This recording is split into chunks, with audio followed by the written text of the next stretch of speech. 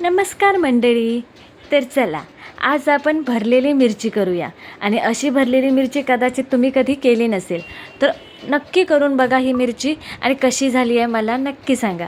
तर मस्त आपण मिरच्या आणल्या आहेत मार्केटमधून आणि मोठ्या मिरच्या आहेत, छान खूप टेस्टी लागतात. ते एकदा नक्की करून बघा. याच्यामध्ये भरपूर प्रकार आहेत, बटाट्याची वगैरे भाजी घालून वगैरे पण करतात, पण हे थोडा जरा वेगळी स्टाईल आहे. याच्यामध्ये आपल्याला ओलं खोबरं लागणार आहे, शेंगदाण्याचा कूट, शेंगदाणे चांगले भाजून घ्या आणि शेंगदाण्याचा कूट घ्यायचा आहे. आणि हे तिळकूट आहे, तिळकूट घालून घ्यायचे आहे 2 चमचे. आणि सगळे मसाले ॲड करायचे, ज्याच्यामध्ये धना जिरा पावडर, थोडासा गरम मसाला टाकून घ्या, लिंबू आणि मीठ टाकून घेतलं की मस्त ढवळून घ्यायचं आहे. आणि हे सगळं सारण आपल्याला मिरचीमध्ये भरून घ्यायचं आहे. आणि मिरची आपल्याला छान मंद आचेवर मस्त 5 ते 6 मिनटं भाजून घ्यायची आहे. तर तुम्ही कशी भरलेली मिरची करता मला नक्की कमेंट करून सांगा. आणि कशी झाली आहे ही मिरची भरलेली हेही सांगा. ही आहे ना मिरची चपातीसोबत, तोंडी लावायला किंवा भाकरीसोबत अतिशय प्रचंड टेस्टी लागते.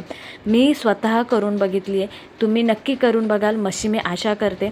मस्त ह्याची ना भजी पण खूप छान होते ह्या मिरचीची. नुसती भजी, नुसते त्याचे तुकडे करायचे आणि पूर्ण भजी अख्खीच्या अख्खी. तिखट जास्त नसल्यामुळे लहान मुलंही एकदम आवडीने खातात ही मिरचीची भजी. आपण आज भरलेली मिरची केली आहे. तर मस्त गॅसवर ठेवलं आहे आपण पातेलं आणि त्याच्यामध्ये आपल्याला 1च चमचा तेल टाकायचं आहे. तेल आपल्याला अति प्रमाणात नाही वापरायचं आहे. 1 चमचा तेल खूप झालं आहे.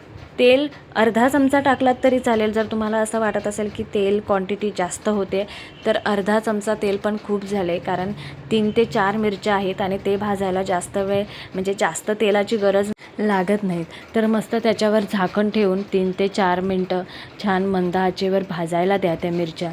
आणि स्पूनने चेक करा. स्पूनने चेक केलं ना की आपल्याला समजून जातं की त्या मिरच्या भाजल्या आहेत. हे बघा, मी दाखवल्याप्रमाणे आतमध्ये चाकू घेतला आहे मी आणि चाकू हे बघा इझिली आतमध्ये जातो आहे, म्हणजे मस्त पूर्ण शिजल्या आहेत मिरच्या. आणि खूप छान लागतात ॲक्च्युली. आतमध्ये जे क्रंचीपणा आहे ना सगळ्या तिळकूट, शेंगदाण्याचं कूट प्लस लिंबू, टेस्ट एकदम खूप प्रचंड टेस्टी लागते.